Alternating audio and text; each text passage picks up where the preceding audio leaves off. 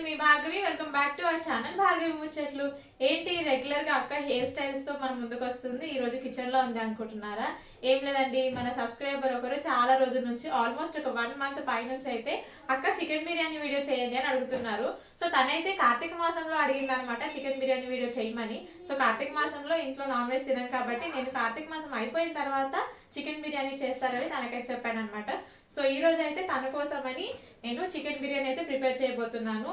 చాలా సింపుల్ గా చేసుకోవచ్చు. బిర్యానీ అనగానే చాలా మంది భయపడుతుంటారు, అమ్మో చాలా పెద్ద ప్రాసెస్, చాలా టైం టేకింగ్, అసలు చాలా పని ఉంటుందని. ఏం భయపడాల్సిన అవసరం లేదు, చాలా సింపుల్ గా ఈజీగా చేసేసుకోవచ్చు.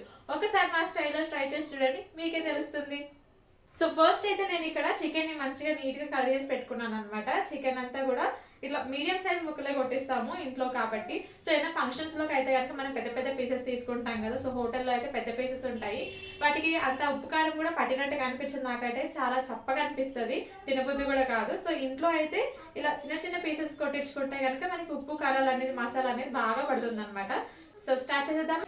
సో చికెన్ అయితే మంచిగా నీట్గా కడిగేసుకొని పెట్టేసుకున్నాను కదా. నెక్స్ట్ ఇందులోకి నేనైతే ఇక్కడ కొత్తిమీర, పుదీనా, ఇంకా ఉల్లిపాయ ముక్కలు కట్ చేసి పెట్టుకున్నాను. ఈ ఉల్లిపాయ ముక్కల్ని మనం నెక్స్ట్ అయితే ఆయిల్లో ఫ్రై చేసుకోవాలి. ఫ్రైడ్ ఆనియన్స్ అనగానే చాలా మంది చాలా మెత్తగా చేసేస్తుంటారు. పర్ఫెక్ట్ గా మనకి ఫ్రైడ్ ఆనియన్స్ క్రిస్పీగా ఎలా రావాలో మీకు ఈరోజు టిప్ అయితే చెప్తాను.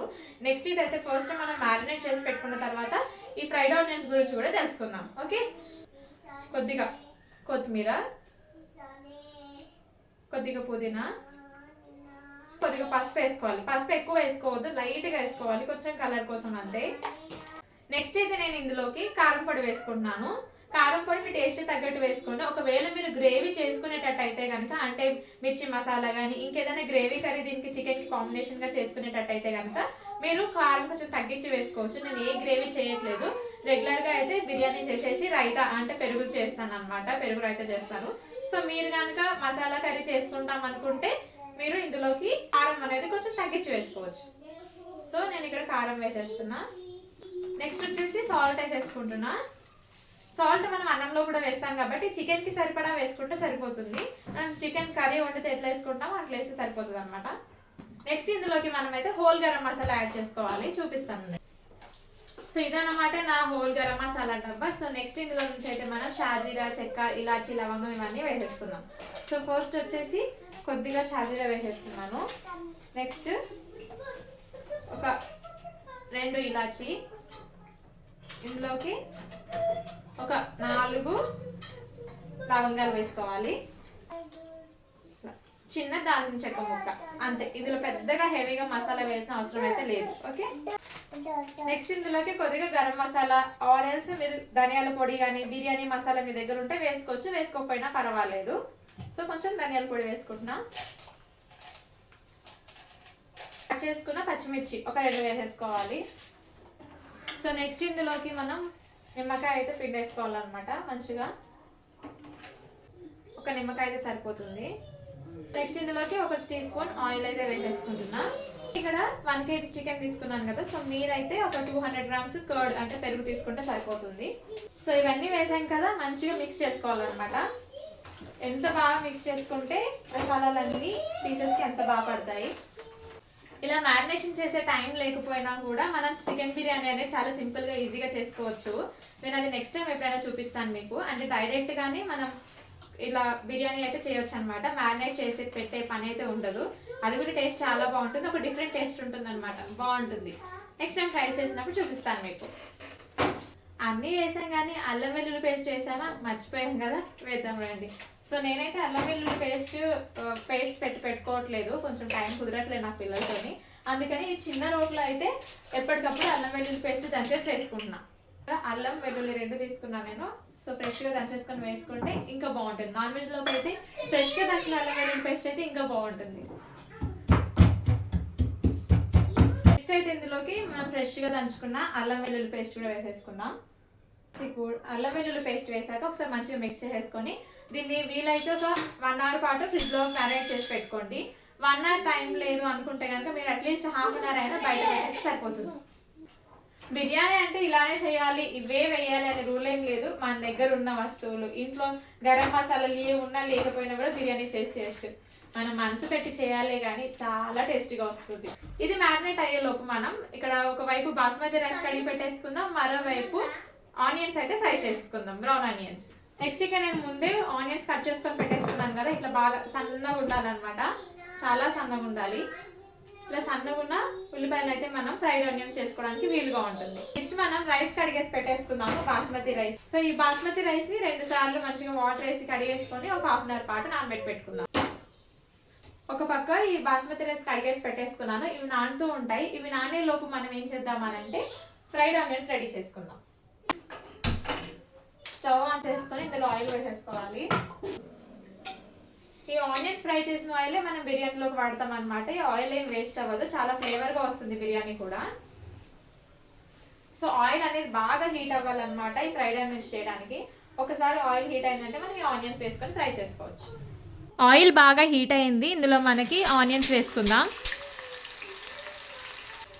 ఇలా హై ఫ్లేమ్లో కలుపుతూ ఫ్రై చేసుకోవాలన్నమాట. లో ఫ్లేమ్లో అయితే బాగా ఆయిల్ ఫిల్ చేసుకున్నట్టుగా మెత్తగా వస్తాయి, హై ఫ్లేమ్లో చేసుకుంటేనే బాగా వస్తాయి. ఆనియన్స్ ఇలా మనకి బాగా బ్రౌన్ కలర్లోకి చేంజ్ అవుతున్నాయి అనుకున్నప్పుడు ఈ స్టేజ్లో మనము షుగర్ యాడ్ చేసుకోవాలి. లైట్గా షుగర్ కనుక వేసుకున్నట్టయితే ఫ్రైడ్ ఆనియన్స్ క్రిస్పీగా మంచి గోల్డెన్ బ్రౌన్ కలర్లో వస్తాయి. సో ఇలా ఫ్రై అయిపోయిన వీటిని ఒక ప్లేట్లోకి తీసి పెట్టుకుందాం.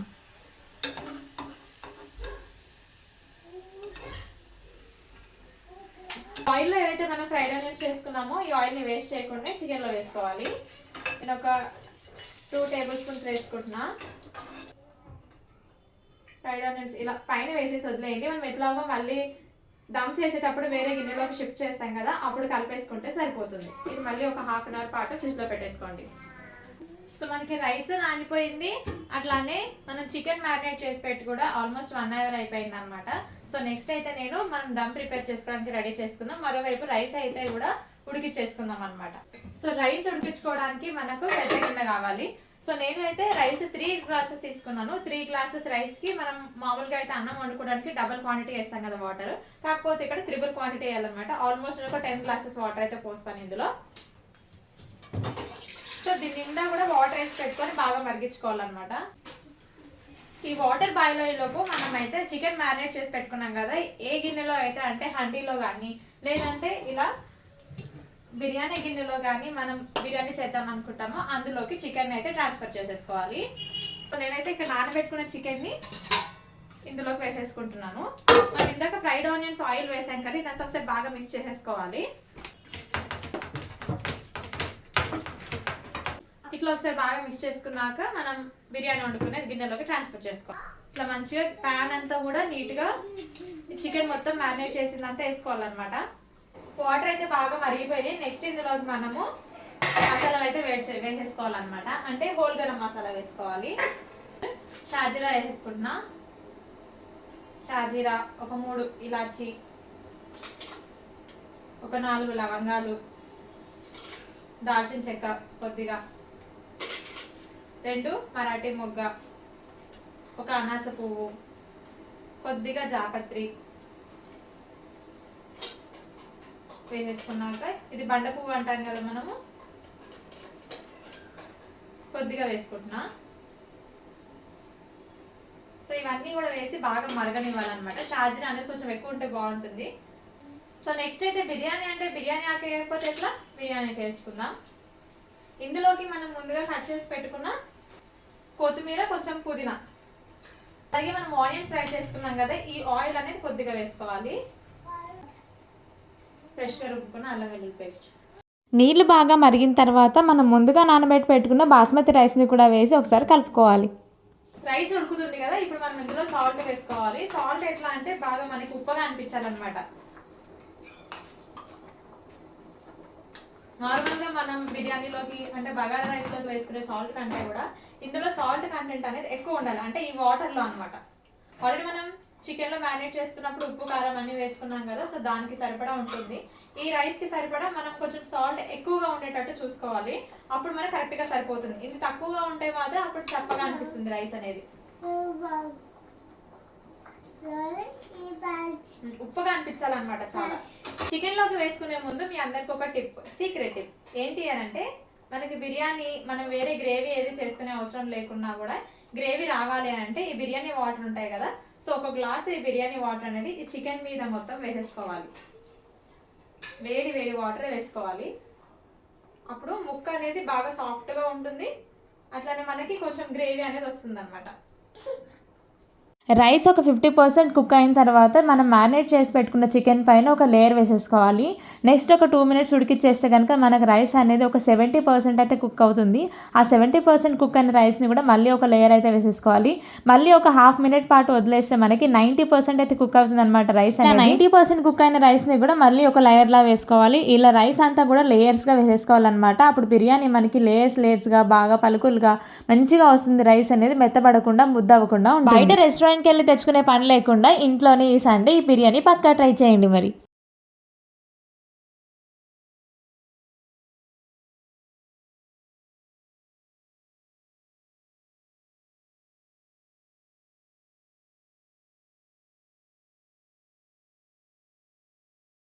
సో ఈ హండీని అయితే రెడీ చేసుకున్నాం కదా, దీన్ని మనం దమ్కి పెట్టేసుకోవాలి.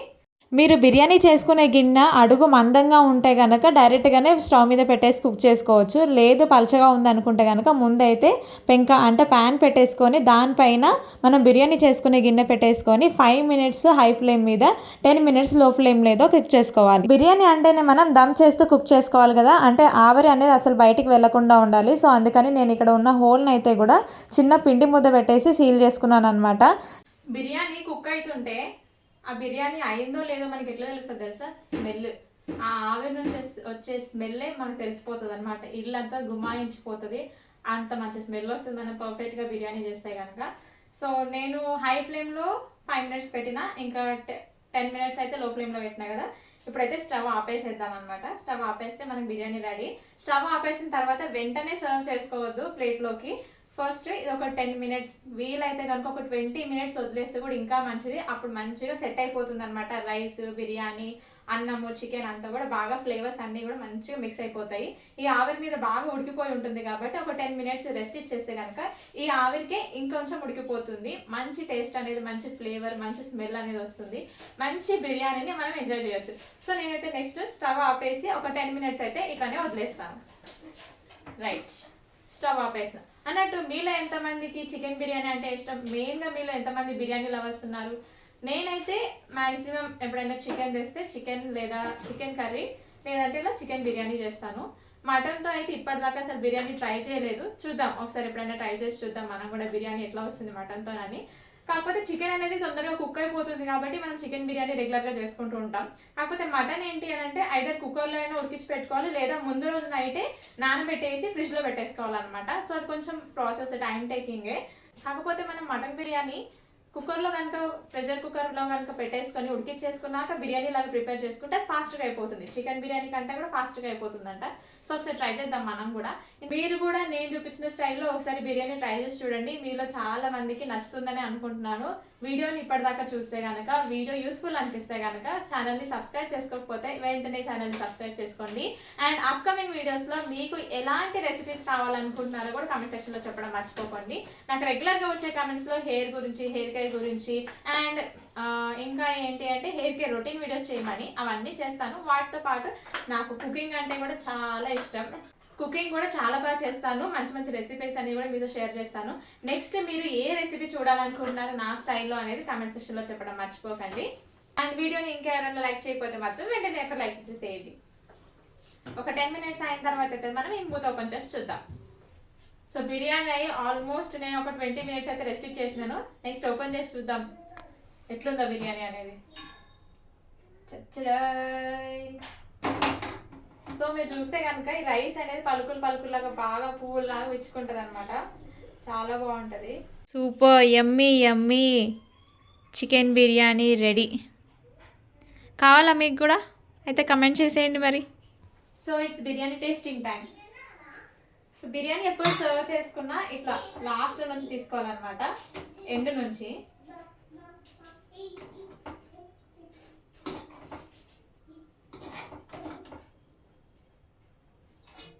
చూడండి ఎంత బాగా వచ్చిందో.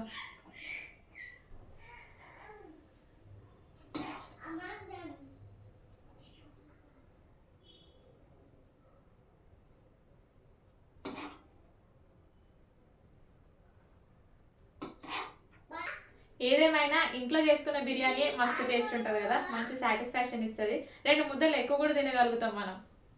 సో బిర్యానీ అయితే రెడీ. టేస్ట్ చేద్దామా మరి? మీకు వీడియోలో కూడా క్లియర్గా కనిపిస్తుంది. పీసెస్ చాలా వేడి ఉన్నాయి, అంటే మంచిగా మసాలా అనేది ఉందన్నమాట చికెన్ పీసెస్కి.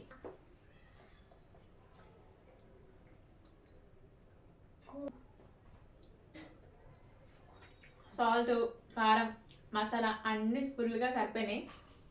మస్తుంది. నేను వేరే గ్రేవీ ఏం చేయలే కదా, కారం సరిపోతుంది లేదనుకున్నా కానీ చాలా బాగా కుదిరింది. నేను చేసినాను కాదు కానీ నిజంగానే బాగుంది. మీరు ఒకసారి ట్రై చేయండి మరి. మస్తు ఆకలి అవుతుంది, తినేయాలి. Bye bye. మీరు ఒకసారి ట్రై చేసి బిర్యానీ ఎట్లా వచ్చిందో చెప్పండి, ఓకేనా? బిర్యానీ అంటే భయపడకండి అబ్బా, బిర్యానీ ఈజ్ అన్ ఎమోషన్ అంటారు కదా. సో బిర్యానీ ట్రై చేసి చూడండి మరి. ఒక్కసారి బిర్యానీ ట్రై చేస్తే మళ్ళీ మళ్ళీ ఎవ్రీ వీక్ ఎవ్రీ సండే చేసుకోవాల్సింది. అంత స్పెషల్, అంత ఈజీ. ఇంకెందుకు లేటు? వీడియోని నచ్చితే మాత్రం లైక్ చేసేయండి. ఛానల్ సబ్స్క్రైబ్ చేసుకోకపోతే సబ్స్క్రైబ్ చేసుకోండి.